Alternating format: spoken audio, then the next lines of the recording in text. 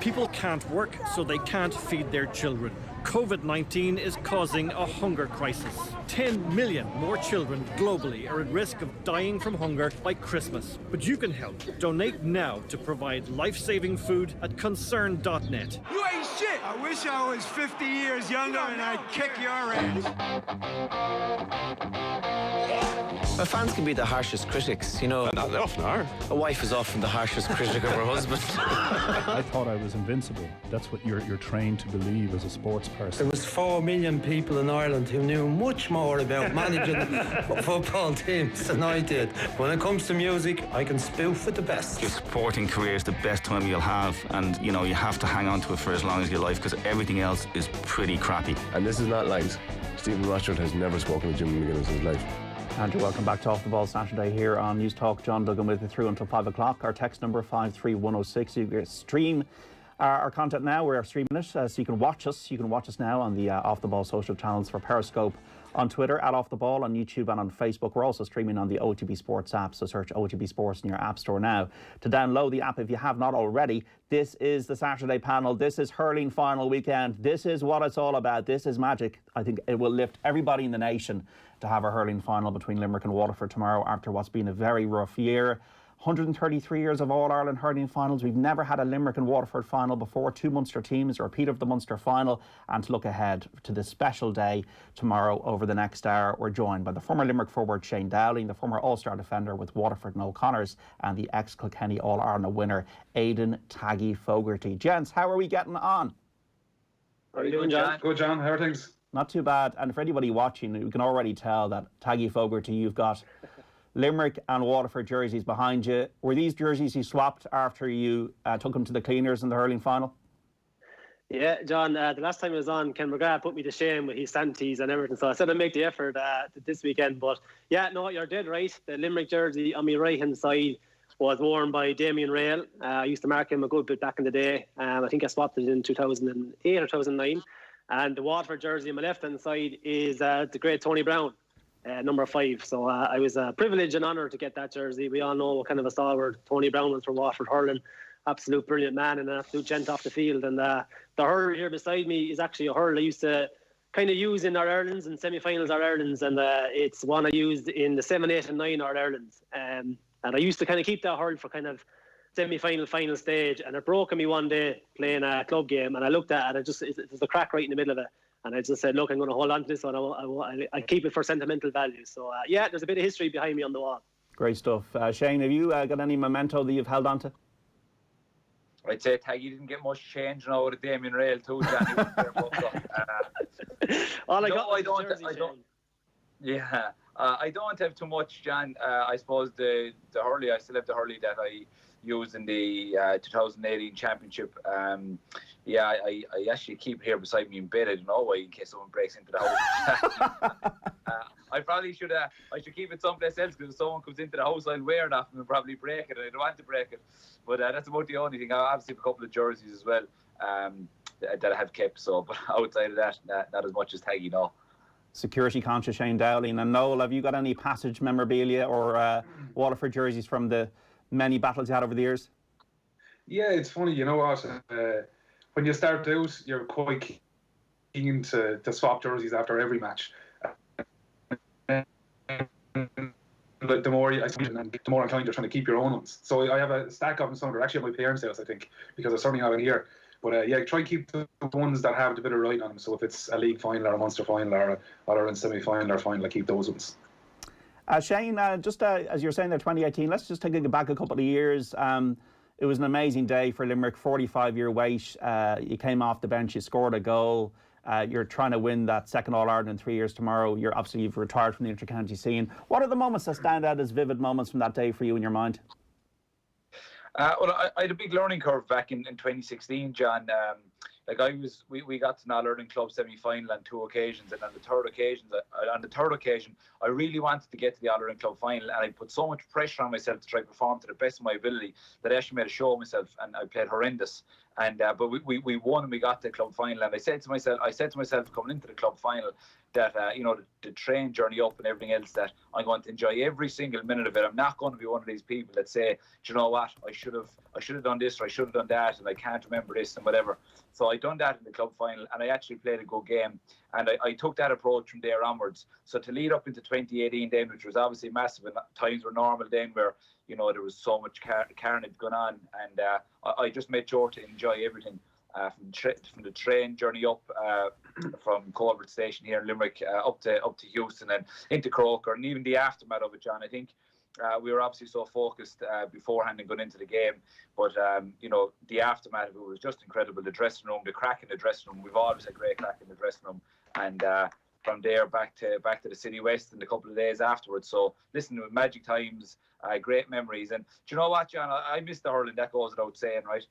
But I had a lot of hard days hurling too, in terms of training wise and disappointments and everything. And I know everyone will remember the glory days. So I miss that, of course. But what I miss more is the boys and the crack, and even the train journey going up on Sunday. I know I'd certainly miss that, and I just miss being around the boys. And I suppose Sunday is going to be different for a lot of people, but that core group are still going to be together, and I'd certainly miss that.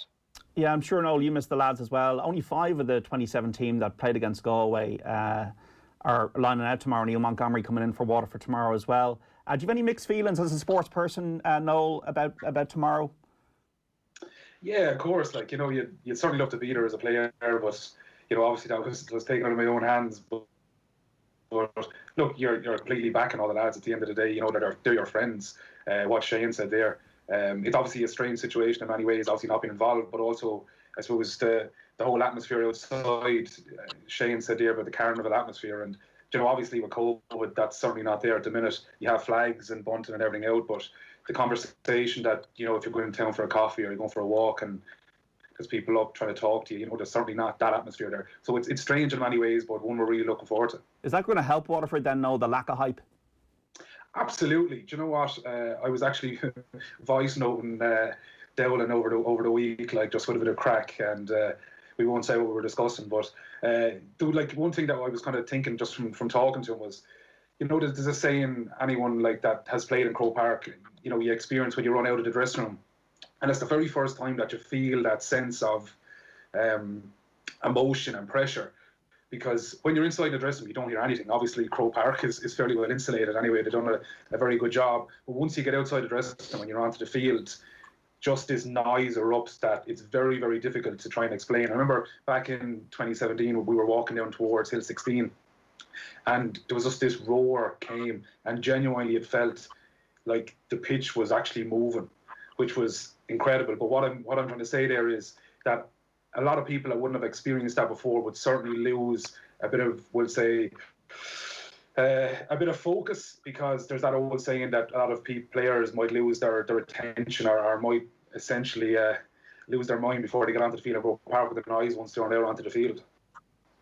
And Shane, the lack of hype in Limerick, is it noticeable that it's a more low-key environment? And as well as noticing there, a lot of these, I think there's 13 of the 15 players that played in 2018 against Galway are lining out again. Only Barry Nash and William O'Donoghue, who are new into the team. Tom Morrissey was even talking about a lack of nerves because of the fact that, in a way, I don't want to say a challenge game because that maybe kind of demeans an All-Ireland final, but it might feel a bit like that. Well, I suppose, listen, I'm working in the heart of Limerick, John, in O'Connell Street, and just the job that I have, I walk from one end of the town to the other on a regular basis. Well, plenty of people would stop up and you'd have a conversation with it, and the council have done a great job of putting flags all the way up O'Connell Street up to O'Connell Avenue, and I suppose everyone is trying their best to make of what the situation is. Obviously, Centra have come out today. They've brought out the match day programmes the day before, so in one of our stores in Limerick, we were sold out in an hour and a half. There was 500 of them gone. So, I suppose people are just trying to make it as real as possible. The hype is definitely, a lot more low-key than normal. But in fairness, Caroline Currid, who has been well spoken about now at this stage, does a fantastic job with that. And actually, as I mentioned, Caroline, I must, pay my respect. She buried her mother 2 weeks ago. So, I just want to say that. But she's phenomenal at what she does. So even in 2018, when all the hype was there, we were very, very focused and we knew what we had to do. And in fairness, nothing really fazed us. So, in terms of the Limerick players that are there, is it going to feel like an All-Ireland final for them? It's not. It doesn't matter what they say. It's not going to be the same.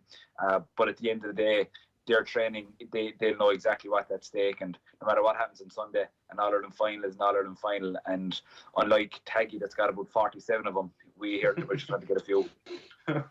Yes, sorry to hear that news about Caroline. She's the team psychologist. Taggy, what is the Brian Cody dressing room like on All-Ireland final day? You've been in so many of them.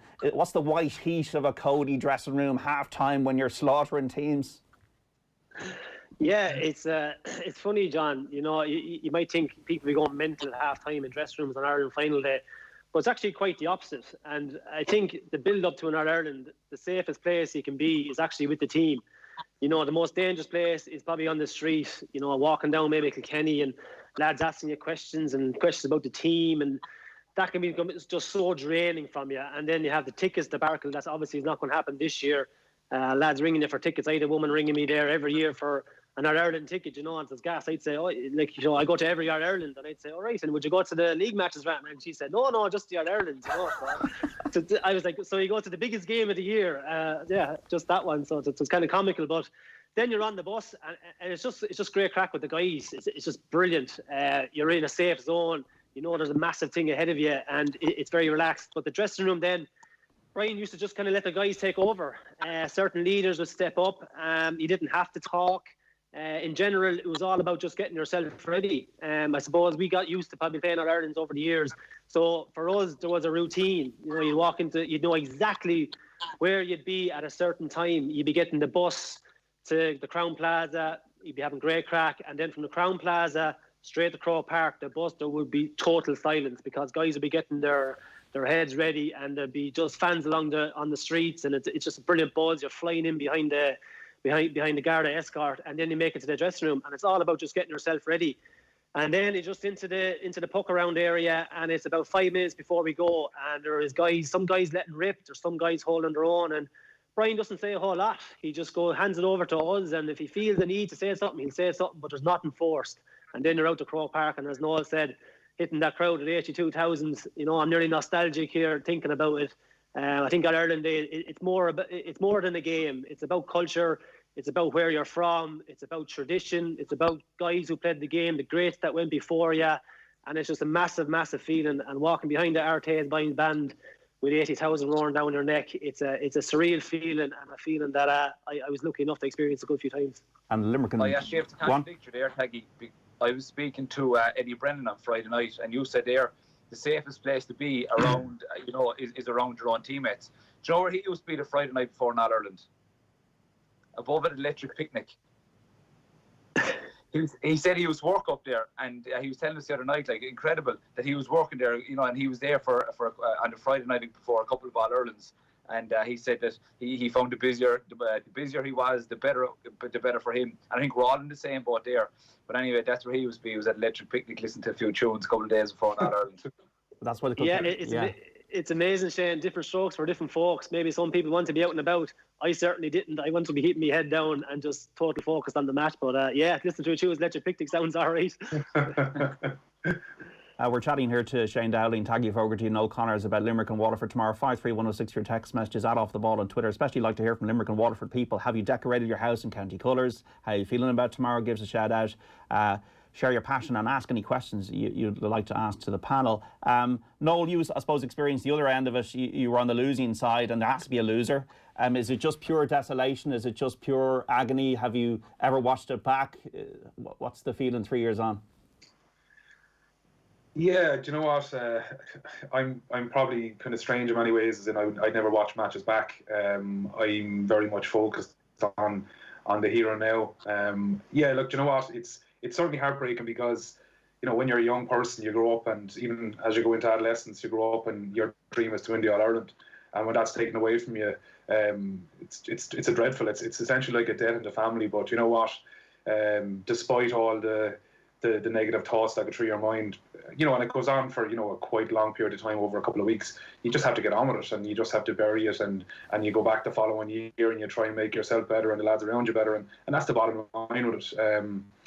And I think what Taggy and what Dowling were saying there was the key. You know, the key thing is not about, you know, like obviously the medal and all that is hugely important, but it's actually about the people you meet along the way. You know, it's your friends, it's the experiences, it's the stories that you can tell, it's, you know, the experience of running onto Croke Park with a full stadium, and they're the things that you really cherish and remember. It's the going away for training camps and team holidays and all that. Like, that's the real thing that you enjoy. Texan here, every hurling final eve feels like Christmas Eve to me, lads, but this one especially so, being in December. Cannot wait until 3:30 tomorrow. That is from Sophie in Dungarvan. And who does Taggy want to win, lads? We'll get to that a little bit later on. We'll do the preview after 2 o'clock for Mark and Cork. Shane, is there a feeling to describe, or way to describe the feeling of scoring a goal in an All-Ireland hurling final? Because the way you celebrated, you just seemed like you would run out of Croke Park that day. Yeah, I still get plenty of abuse for that celebration, I can assure you. I suppose, listen, you're overcome with emotion. For me, I thought when I scored that goal that it was game over.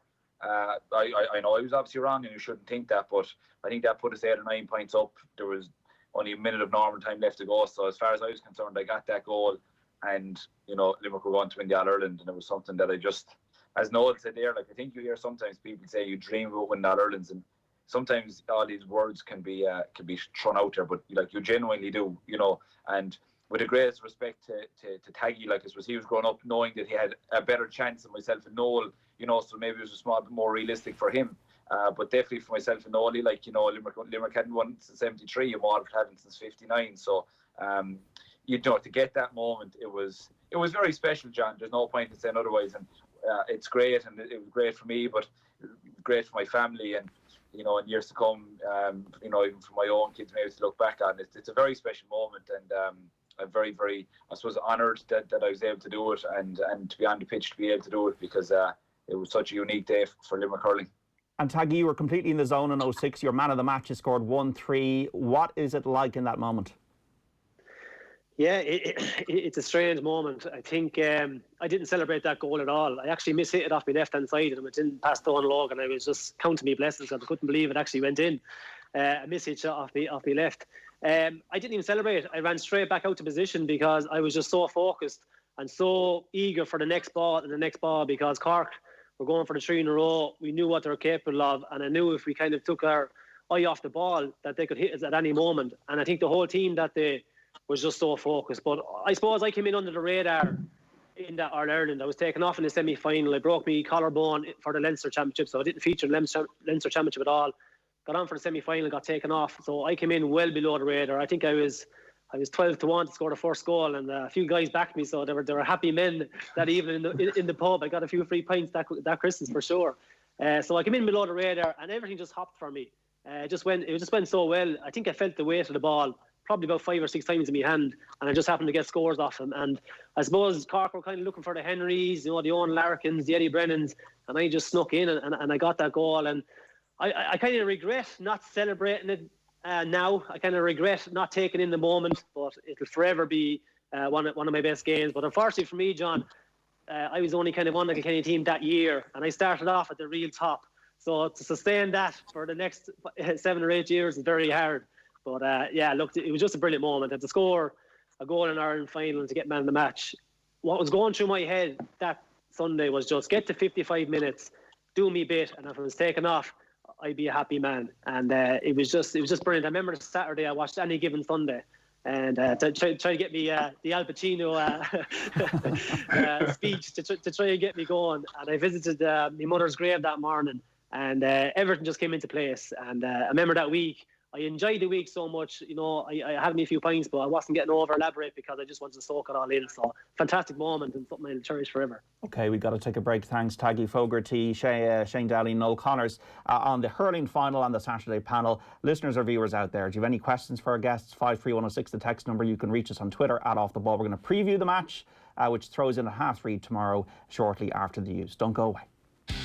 The Saturday panel on Off The Ball. Breathe in, breathe out. Breathe in, breathe out. Deep breath in and deep breath out. This year has been a lot. Let's start fresh next year. Drive into 2021 in any of Skoda's amazing range when you order now with finance from 0%. Visit skoda.ie today. Finance provided by way of hire purchase agreement from Volkswagen Financial Services Ireland and subject to lending criteria. Terms and conditions apply. Visit skoda.ie for further information. InsureMyCars.ie. Make it a really good afternoon and check out the great car insurance discounts at InsureMyCars.ie. Ireland's trusted car insurance specialists. For super family savings, check out InsureMyCars.ie. City Financial Marketing Group Limited, trading as InsureMyCars.ie, is regulated by the Central Bank of Ireland. This week on the Home Show podcast, Festive Flowers, celebrity gardener Dermot Gavin on the key plants you should have in your home this Christmas. Home cinemas. People will be viewing new movies next year at home and not in the cinemas. And we ask, how big is big enough when it comes to the size of your TV? The Home Show with Sinead Ryan. Listen to the podcast now at newstalk.com and on the Newstalk app.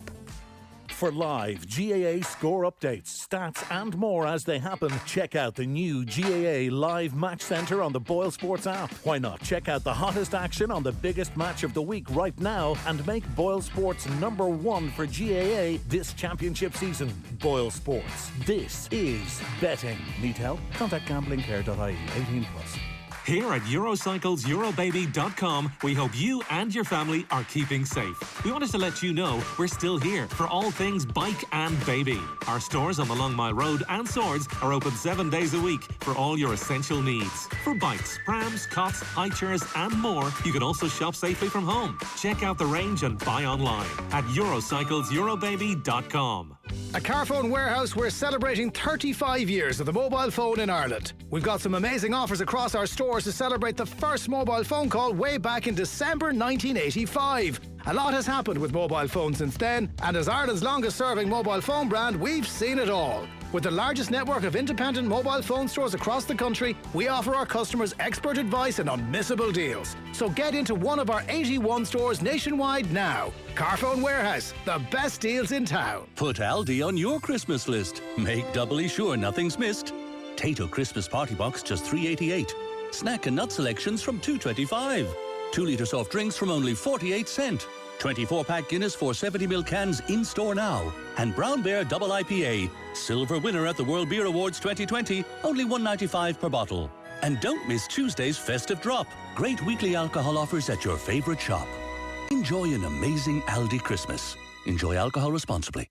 Citizensinformation.ie has been viewed over 38 million times during the pandemic as a trusted source of free advice and information on everything from tenants' rights to pandemic payments and getting back to work. Our information officers are ready to help you navigate the changes in your life on 0761 07 4000 or visit citizensinformation.ie to book a callback. Citizens Information, a source you can trust. Funded and supported by the Citizens Information Board. Call costs depend on operator bundles. Remember the Christmas when you said, he'd definitely wear this, and he said, yeah, you saw me wearing it last week. Well, to you I say Maldron Hotel's gift card. Or when you said, now here's something she'll keep forever, and she said, thanks. Do you have the receipt? I say gift card. Because rest assured, gift giver, that when you give a Maldron Hotel's gift card, they'll be simply speechless. Finally. Oh, you got one right. Almost speechless. Buy now at MaldronHotels.com.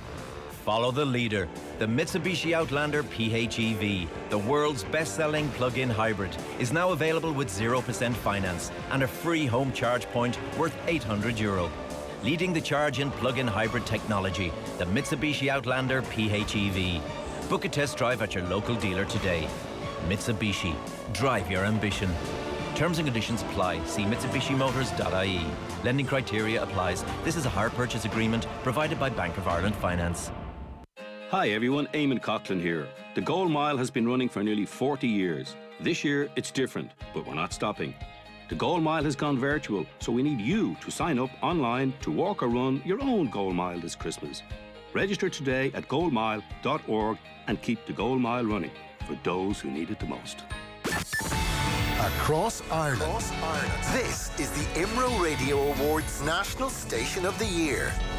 This is News Talk.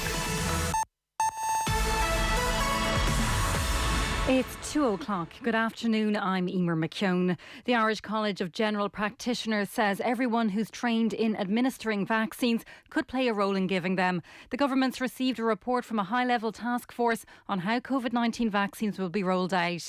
The ICGP's COVID advisor, Dr. Noel Connors, says healthcare workers will have to pull together. Before we get to vaccinating children and pregnant persons who at the moment there isn't enough data, we're talking about 2.4 million people, and each of those has to get 2 doses. That's 4.8 million people, or doses of vaccine have to be administered. Lots of things are possible with level 3 restrictions, but it's important you don't do all of them. That's the warning from the Chief Medical Officer with less than 2 weeks left to Christmas. Dr. Tony Holohan says he understands why people want to celebrate, but it's important to ration our social contacts. We're in the early weeks and months of January looking forward to vaccines. It would be a real shame if we let go and had a significant surge of infection before we're in a position to get vaccine to the population. Fine Gael's Brexit spokesperson says Boris Johnson needs to think of the impact a no-deal Brexit would have on the British people.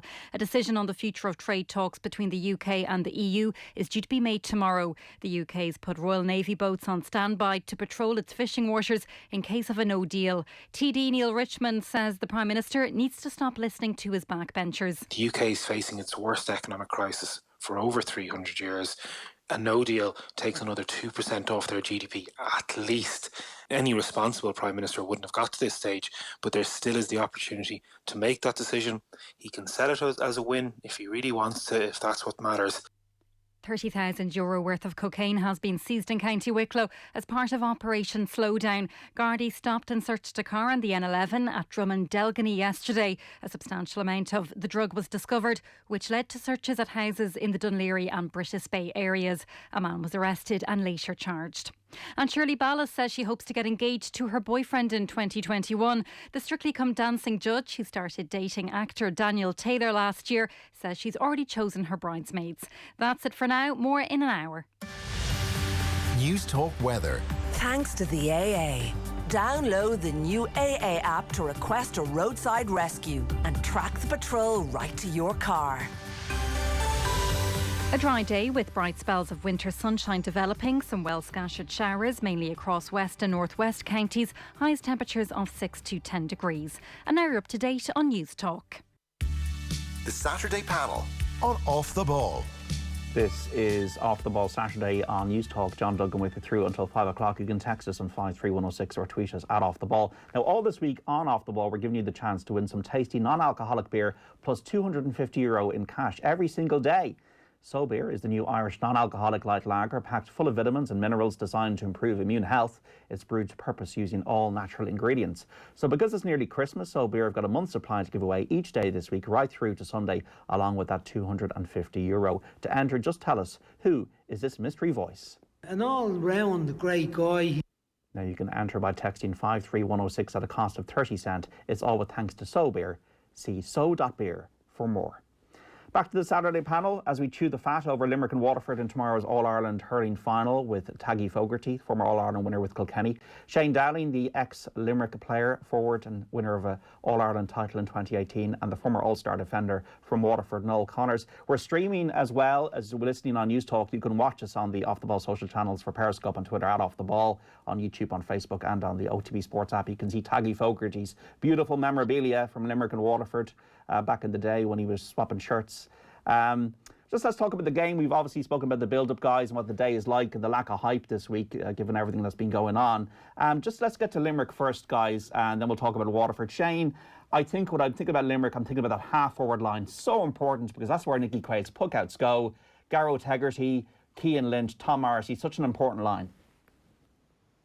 It is. That goes without saying, John. I suppose, especially with Tom and Garrod, the two of them have engines on them. It's just incredible. Even if you think of Tom Morrissey, right? He was the captain when Limerick won the All-Ireland Under-21 Championship in 2017, and he was taken off in most games, and I was at most of them. And he wasn't playing well. He couldn't get into it, and he was taken off because of performance more so than anything else. And in 2018 onwards, he's just turned into a new man. That's just the style of the game that suits him. He's very, very strong. He's very, very physical, and he's very, very accurate. anytime he gets a shot off and goal, like he generally nails it. Like and the same with Garrod. I mean, Garrod played in the half back line with that Limerick 21s team, and he would have been tipped to play there, I suppose, in the senior ranks. And he was actually, John Kiley played him in the half back line too. So obviously, when John and Paul and the management team sat down, they know what they wanted in the half forward line, and I suppose, you know, they fitted the bill perfectly. And obviously Kyle Hayes was playing there up until recent games. So you have 3 extremely athletic, hard-working half-forwards. And that's the modern game, isn't it? And I know they've pushed Keane in there now, and he's a bit different to the two boys. He'd be smaller in size, but obviously skills to pay the bills. So what they do is they're a fundamental line in the Limerick team. And also the last day, because of the way Galway played and where Shane O'Neill played the sweeper, it was very, very difficult to deliver the ball into the full forward line. So that meant that they had to play the ball through the half forward line, and they come up with 11 points from play. So it's going to be very interesting the weekend. Like, you know, someone was saying to me last night, do you think they're playing Keane Lynch there, so it's going to drag Taggy Fogarty out the field? I think you could play Lord or God at centre forward, and Taggy Fogarty still wouldn't come out the field. So I think Waterford are very set in their ways, and Limerick are very set in their ways. And I think essentially what you're going to find is similar to the Munster final, where you're going to see both half forwards marking each other. And Noel, the Limerick backline, we've got Kyle Hayes, as Shane says, moving back. Dan Marashy's moved back. Sean Finn might take on Desi Hutchinson in a man-marking role. The strengths and weaknesses of the Limerick backs for you? Yeah, you know what? It's a Limerick team that are very well seasoned. They're very, as Shane was saying there, they're on about their half forward line. I think their backs are very similar in stature. They're all big, strong, physical men that are well capable of moving around the field. The only weakness that I would see, and it mightn't necessarily be a weakness, is Barry Nash gone back to corner back. He's not a natural corner back, and he's not a natural back. I remember when he would have played, early on in his career, he would have been corner forward, wing forward. So his natural ability isn't to do that. And as a corner back, Taggy will tell you a few times that I was on him. In certain situations that you just don't go for the ball, you just play the man and you try and get the ball away from the forward. So the only real weakness that I would see is Barry in the half back line, but what an incredible athlete as well. He's probably about 6'2", 6'3", and well capable of moving the ball around as well. Taggy, Limerick have been a little bit goal shy in the championship, and when you see the teams that have won All-Irelands back the last 20 years, Cork in 2004, Galway 2017 have won All-Irelands without scoring goals. How do they fix that if they do need to fix it? Yeah, look, I think the game has changed in that perspective of trying to get goals. Obviously, they say goals win matches and things, but I think Limerick, they have 2 game plans, and Shane kind of hit the nail on the head there. The full forward line was kind of taken out by Galway the last time by the sweeper, so they played it from the half forward line. Garrod Hegarty, Keane Lynch, Tom Morrissey, they were stepping up with scores. They were taking the long range scores, because if they gave a supply into the full forward line, it was going to be getting cleared. So that's why the goals wasn't coming from. Now I think with Waterford, they will target that full back line of Conor Prunty, Shane McNulty in there. I think they'll target the height in there first of all, because I don't think they've really been tested. So goals, they haven't been getting goals, but they've been grinding out results. Limerick have been really kind of just tough and grinding out results, which is a great thing to be doing, not playing to your best of ability, but still getting results. Now against Tip, they scored 3 goals. That's a bit more of an open game. Tip are going long, it's a bit more expansive. But I think Limerick, they probably will need a goal or 2, and Waterford will definitely need goals in this All-Ireland. And I think it'll be an open game, and I think it will be high scoring. I think Taggy, sorry John, I think Taggy is absolutely spot on, because it was something that I was thinking about the other day, and I don't know if it's a good thing or a bad thing.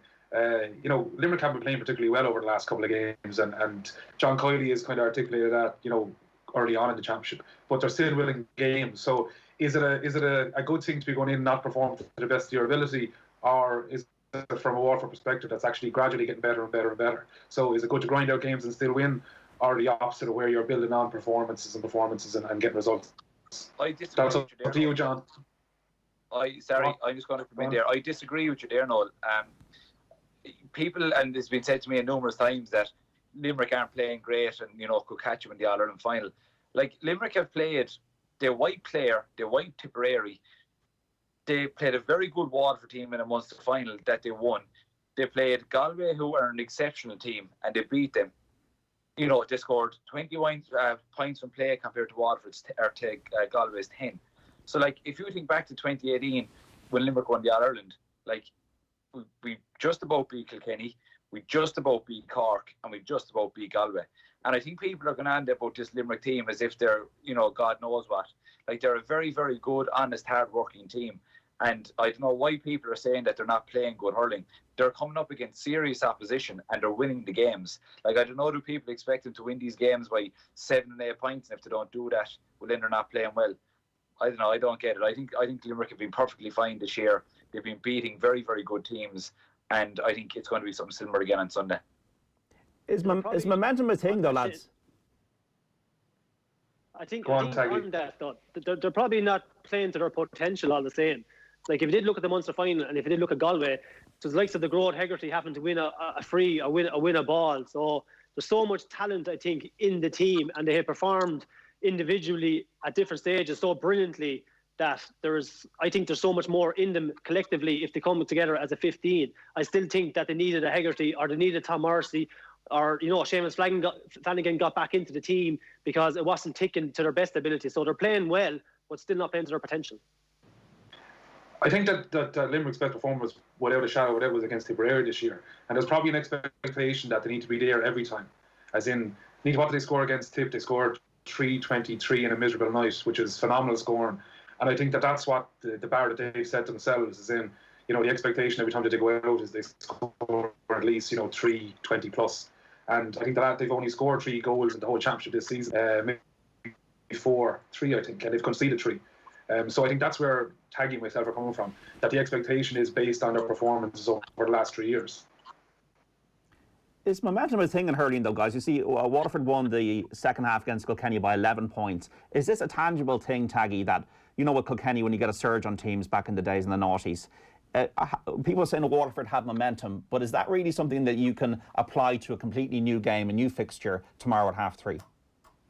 I think, John, when you talk about momentum, you talk about probably the mentality of the team taking on the better team. So we're all looking at Limerick, and straight away you're kind of saying, God, we're playing Limerick, they're a brilliant team. It's like taking on the Dubs in football. Straight away in your head, maybe you're kind of half beaten or there's doubt there. So momentum in that terms, I think it's more mentality kind of thing. And if you look at the semi-final against Kilkenny, I think Kilkenny played into a lot of the win for Waterford that day. Kilkenny tracked their Waterford players man on man, which left a load of space. Their puck out strategy, they followed their man, so Waterford were able to hit the ball into space. Limerick won't do this. Limerick will hold to their plan. They'll hold their positions. Dermot Burns and Kyle Hayes will hold that half-back line. They'll kind of zonal kind of mark, if that's the kind of term to be dished out. They'll zonal mark and then get up in their men. So they won't give Waterford that space. And I felt too that we talked about Tadhg de Burca and Cian Lynch. Cian Lynch will drift out the field, but Kilkenny full forward line were very lazy. They did not track Tadhg de Burca. And if you look at the Munster final, you had Pat Mulcahy chasing up the field, dispossessing Tadhg de Burca. So I think Limerick's work rate is a lot better than Kilkenny in that semi-final. So Waterford played exceptionally well, but I still think Kilkenny fed into that defeat. Shane, does Austin Gleeson worry you, given he's got a bit of an X factor? We got Stephen Bennett scoring 144 in the championship. Limerick are going to have to keep these lads quiet tomorrow. Well, no one worries me anyway, John. I can guarantee you that. Worrying won't get you anywhere. But will they take watching? They definitely will. I suppose Stephen Bennett, for me, like he was a good hurler up to now. In my eyes, he was a good inter-county hurler, but I think he's turned into a phenomenal one this year. He seems to be a new man with a new lease of life, and even I suppose the way Waterford are running at teams this year. So I was at their game versus Clare, and while I suppose it would be worrying the goal that they leaked that day, I think the way they're running at teams, they're the only team in the championship I've seen this year that seem to nearly be working on running at teams. Like I think they got 3 goals that night. They could have got a couple more. And Stephen Bennett, that point he got against Kilkenny in the semi-final, where he collected the ball in his own half, he must have run 60 or 70 yards and up to the 14-yard line and tapped it over the bar. And Austin Gleeson can do that as well. So I think, from a Waterford point of view, in terms of them boys, and Desi Hutchinson included, and I suppose they're different to the Jack Fagans, who's a different type of hurler. He's more big, stronger, physical. Obviously can catch ball in the air. But them 3 boys have plenty of gears. And I've no doubt that they're going to want to use them on Sunday and take on that Limerick half back line. I suppose to echo Taggy's point there, he was dead right. Taggy Fogarty was getting a lot of free ball in the semi-final, and he wasn't getting tackled from behind by the Kilkenny forwards. And he was dead right. Graham Mulcahy and Peter Casey in the Munster final did turn them over a lot. And I think that's what Limerick are going to do again on Sunday. They're going to try turn over the likes of Taggy Fogarty, but on the other end then, they're definitely going to try and take on the Limerick half backs. So I'd imagine it's like this game is going to be no different than a lot of games that happen these days, John. The tactics in most games are the same now. It's going to be very, very bunch middle third. And what you're going to find is when Stephen Bennett gets the ball, when Austin Gleeson gets the ball, if he's further out the field, he's going to be tried, tackled and nailed and swamped by the Limerick midfielders, half forwards, before they even get a chance to run at the half backs.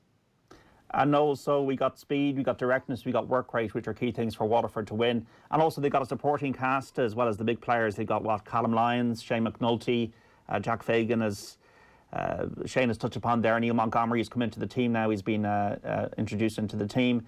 How important are these players to give the platform for Waterford to use that game against Limerick? And as a defender, I'd say it's kind of difficult to see when teams have a run and they're running straight at you. Yeah, look, I think that the key player there, and everybody has mentioned him, is Taggy Fogarty. I think that if you can get Taggy on enough ball, I think that he'll be the big problem, like for Limerick. I know everyone talks about Stephen and Austin and Déise, but like the key player for Waterford is essentially Taggy, because he makes the runs, he makes the tackles, he catches the ball, and essentially he's the platform. So if Limerick can keep him quiet, I think that'll go a long way to winning the match from a Limerick perspective. From a Waterford perspective, we need 70 minutes out of all our players. We need 70 minutes out of Austin, we need 70 minutes out of Déise, we need 70 minutes out of Stephen Bennett. And in fairness, Stephen Bennett was very good, from my perspective, for the whole 70 minutes. Austin kind of came into it in the second half when Waterford started getting a bit of momentum. And I still think we need a bit more from Déise, a bit more directness. You get the ball, he needs to take him on. He needs to be a bit more like a young Eddie Brennan. When Eddie gets the ball, he just runs straight at you. At times, Déise kind of steps outside and takes it off the back foot.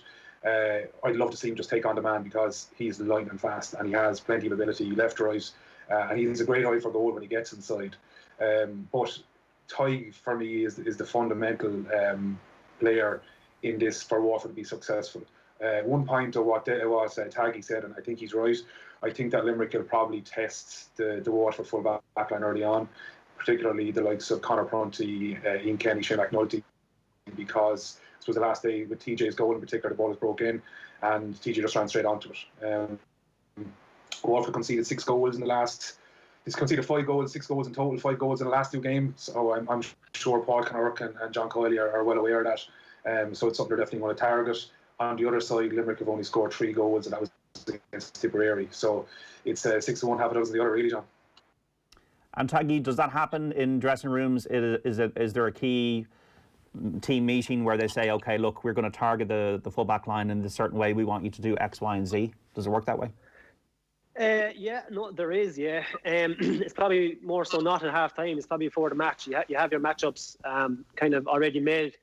I know from our perspective, just with experience there, we put Eddie Brennan on Pádraig Maher in one of the All-Irelands that was spoke about before the match. But I feel, John, you can't change your tactics too much. You can't you can't put players on certain other players just because they're good hurlers. You know, all these guys are brilliant hurlers, and if you change up your team too much, it's going to affect you, and you're playing into their hands straight away because you're playing to their strategy straight away. And you talk about matchups, and there's absolutely brilliant matchups coming on Sunday. Taggy Fogarty and Keane Lynch, Callum Lyons and Grode Hegarty, Flanagan and Prunty. But there's 2 guys there that won't be marking each other, which is going to be a huge impact on the game, I think, and that's the 2 goalies.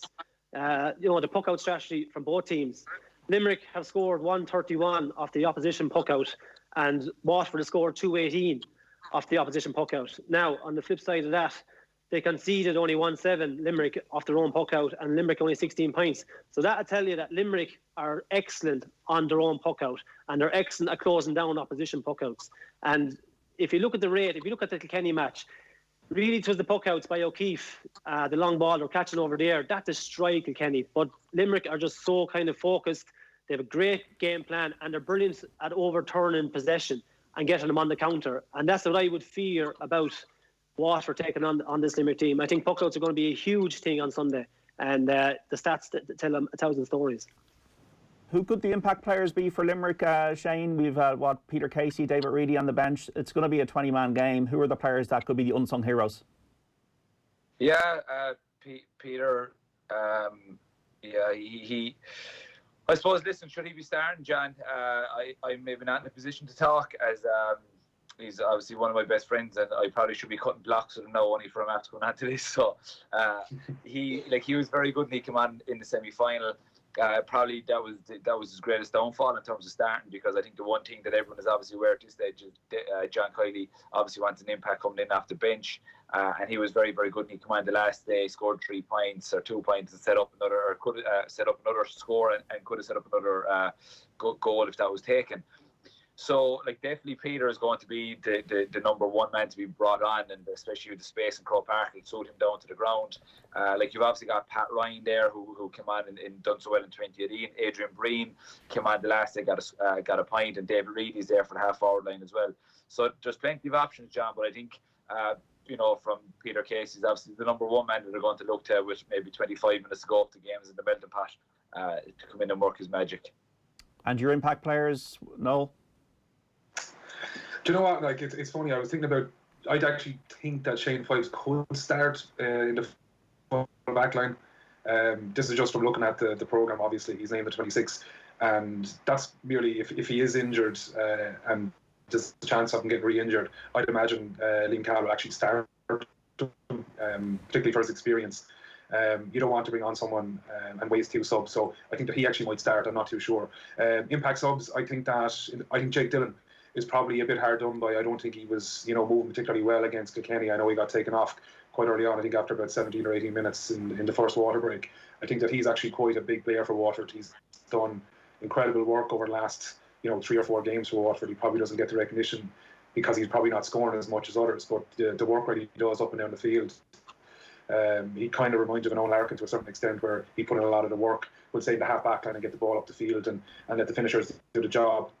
So I think Jake would have a big impact, and I hope he does, because he's one of the best trainers Waterford have had over the last number of years, and I'd be really, really happy to see him do well. Text in here, lads, the build-up this year to the final has been more of a feel than something tangible. Flags, bunting, knowing nods to the other county jerseys. It's still special, perhaps more so. That is from Liam in Limerick. The big question, who will cope with the yellow slitter better, from Frank and Ballybuffet? I think they're okay with it, Frank, at the moment. Aaron Gallan will have a crucial role to play tomorrow, lads. Accurate frees could be very important. That is from Mary and Nina. Shane, obviously he's been battling fitness issues. Is it the case that you just can't leave someone like Aaron Gallan out? No, John. If Aaron Gallan wasn't, if he wasn't fit to play, he wouldn't be playing. But I think he's perfectly okay. And obviously, it was a big scare there 2 weeks ago. But listen, if he wasn't right, I suppose he wouldn't be playing. So the fact that he's down to play would suggest to me that he's 100%. Taggy, Liam Cahill has been a winner with Tipperary at under 20, under 21 level, minor level. You've got Mikey Bevins in there with him. There's a whole Tipperary management to the Waterford team. Is that in a way a good thing for Waterford, in that it's a lot more about process and maybe less about emotion?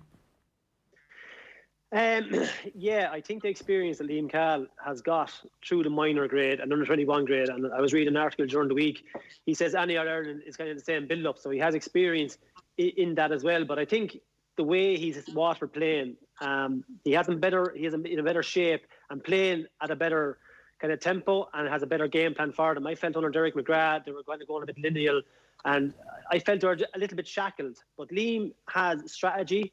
He has a real kind of point of directness with them. Plus, they're keeping ball retention. And he's freshened up the team, he's freshened up the panel, and you can see it. They're absolutely hopping off the ground. And the big thing is they're after buying into Liam Cahill and his ethos. He's honest, and you can see that in the team. And I think the guys are just really kind of buying into what he's all about. And there is a kind of a tip flair to the Waterford team at the minute. They are working hard, but they're kind of letting the ball do the talking. They are carrying it through the lines, but it's more so letting the ball do the talking, and they're all there as a collective team. So what Liam has done, it's phenomenal in his first year in charge as well. I think on that, Taggy, as well, just I would echo, I think Liam Cahill has done a phenomenal job. I think, what he's done, maybe, I think he's done fantastic.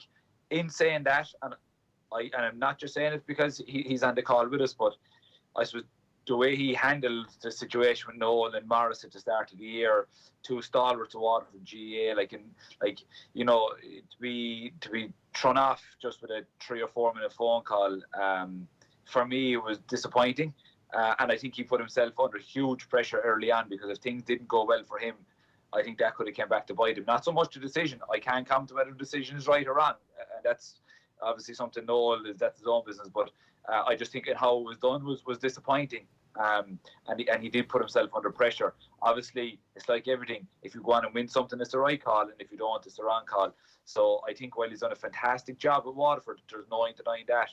I think early on in the year, for me, that was probably disappointing, and I would have thought that he got himself off to the wrong foot. But obviously, the results are speaking for themselves. Well, how else can you do it? I suppose there's another way you could put it. Sure, it's very simple, John. You ring up the phone, you ask to meet a fella. I know, I suppose within the Limerick setup, that if you're someone there for 10 years, 2 years, whatever the case may be, you will be met in person and you'll be given the respect and a conversation, and it's the hard thing to do. In my opinion, the easy thing to do is pick up the phone to ring someone. The hard thing to do is go and meet someone and meet them face to face, but that's the right thing to do. And the one bit of advice that I was given, last year was the hardest thing that you have to do is generally the right thing. And I think meeting someone's face to face is the hard thing. In terms of what this would do for Waterford people, Noel, like 1959, most people in Waterford have never experienced this, never experienced an All-Ireland victory. They had quite a hard reaction to the recession down there. The city was hit quite hard by the recession after the financial crisis. A lot of hurling is played in the city, in Waterford. What will it do? Yeah, I think it'll be massive. The only downside if we do win it would be the lack of celebration, and I think that would, regardless of whatever's going to happen, is if they win, I think the key thing is to inspire the next generation, and I think that's fundamental. As in, if you win, it's going to get more, say, young kids with Waterford jerseys out in hurling, and that's exactly what you need within the county. You've seen, we'll say, the likes of Kilkenny over the years. No matter where you go, if you're in the country or outside of the country, you'll see some kid with a Kilkenny jersey on him, and I think that's where we need to get to. I think Limerick have done that over the last 10 plus years, putting in a phenomenal amount of effort underage and at colleges level. I know Dowling won a couple of colleges with Orskell Reach and that kind of thing. So, I think success breeds success, and what we need in Waterford is, if we win, I think that what it will do is it will, tighten up the underage structure. You put a lot more energy and emphasis on developing young kids and making sure that they're getting all the possible resources that they need going forward. You don't have any hard feelings, Noel, do you? No, not really. Every opportunity, every kind of lost an opportunity for me. I kind of had it fortunate enough. I have a 20-month-old downstairs who was probably wrecking the house at the minute. So if I was still playing, obviously I'd love to be playing tomorrow. Don't get me wrong, that's the first thing. But you look at the other side of it, I probably would have been out of the house 6 nights a week, and if I was in the house, I probably would have been quite tired from all the training and that type of thing. So I had I wouldn't say a distraction, but I had plenty of things to put my energy towards downstairs, and obviously work and that type of thing. So look, everything is good, and life is really, really good at the minute, so it's great. Shane, how much does that win 2 years ago change what's gone on in Limerick? Yeah, it's phenomenal, John. I suppose Limerick was with the home in Munster Rugby in Tubman Park. That was all of me growing up. I suppose it was Munster Rugby. The year they won the Heineken Cup, all about Conn Street, was how many thousand fans down the street, and that's what I grew up watching. And then I suppose in 2010, like, people can't, I suppose, forget that in 2010 there was a strike in Limerick. Things hit an all-time low. And there was players dropped and people walking away, and that was only 10 years ago, John. So I think what Limerick GA have done in the last 10 years, and I know primarily it's the success only coming in the last 3 years, but don't think that's just all that has came about. I mean, with the underage academy that's been set up down here in Limerick, getting all the kids, getting all the young lads into the system, and getting them working really hard, so that by the time they come to senior, that they have a lot of work done. And I think now any young kids, or whatever you want to call it, 12, 13, 14-year-old, they want to get into that Limerick Academy. They want to get into the setup knowing how good it is, and then in the hope that they'll be fully developed by the time their chance comes for senior. So from a numbers point of view, it's definitely helped. I suppose hurling is number one here now in Limerick. The clubs have seen the fruits of it, but I think a lot of good people down here, John, have done a huge amount of work. And while this team and management team over the last 3 years will get the credits, there are many people in the background, and they know exactly who they are, that have done fantastic work for Limerick hurling, and we're seeing the fruits of it now. As texting here, if Jack Fagan wins, is he the first Meath man to win a Liam McCarthy Cup? That's a good question. We'll definitely get the research books out on that one. Taggy Fogarty, you're in the neutral corner. The 2020 All-Ireland Senior Hurling Final, Limerick and Waterford, 3:30 throw-in tomorrow. Who, why and by how many? Yeah, well, I live closer to Noel than I do Shane, so my heart is telling me Waterford. Look, I think there's a bit nostalgic in me. There's a bit of the underdog in me, and I'd love to see Waterford win, but I just feel Limerick coming into this game, I think the hurt from last year, you can't beat just getting beaten in a game and be knocked out of the championship and just going, how did that happen? I think they've learned an awful lot from that game against Kilkenny. I think they're a little bit more assured under pressure. I think that showed in the Munster final where Waterford threw everything at them. They still played to their game plan. They still got over the line and didn't panic. And Ireland's, John, I think, yeah, it's about tactics and about different things, but a lot of it is about emotion. It's about how much you want it. Waterford will obviously have that as well, but I just feel the work rate, I feel that Limerick as a whole are just a better team, better set up to win the All-Ireland, and I think they'll win, and I think they win by about 4 points. Noel Connors, I'm sure the heart is going to say one thing. Does the head align with the heart? Who, why, and by how many? Of course, I'm going to go for Waterford. It's the most natural answer, and I think we could win by 2 points. I'm not saying 1 because I think that's a bit dangerous saying 1. So I'll say 2, and I think that Tadhg de Burke will come up with a long-range point like he did against Kilkenny in the semi-final, and put it to bed with about 30 seconds left on the clock. And Shane Dowling, you're going to go for Limerick, aren't you? Good man, Noel. Go back to sleep there, will you? I was waiting first. Listen, I suppose I do try to put my neutral cap on. The one difference I think will make tomorrow is Limerick are 4 years at this under John Kiley and Paul Kinnerk. Waterford are 1. And I just think Limerick are further down the road. In saying that, I think Waterford are very, very similar coming into the All-Ireland final this year than Limerick, just like Limerick were 2 years ago. But for that reason alone, in terms of development and everything else, I think Limerick are further down the road, and I think that will tell in the last 5 or 6 minutes. By how many, I'll go one more than Taggy, I'll say 5. OK, Shane Dowling, Noel Connors and Taggy Fogarty, we really appreciate your time here on the Saturday panel on Off the Ball on News Talk. We hope you got to have a great Christmas, and we hope you enjoy tomorrow's match. Great to speak to you, and speak soon. Thanks, John. Cheers, lads. Great to hear the lads this afternoon. Hurling poetry from the great Tommy Welch is up after this. Off the Ball on News Talk. Time. This week on Screen Time, I talked to Oscar-winning actress Viola Davis about her new movie Ma Rainey's Black Bottom and about the strange feeling of winning an Oscar. Sandra Oh at the Golden Globes once when she won, she said it feels like I've been set on fire.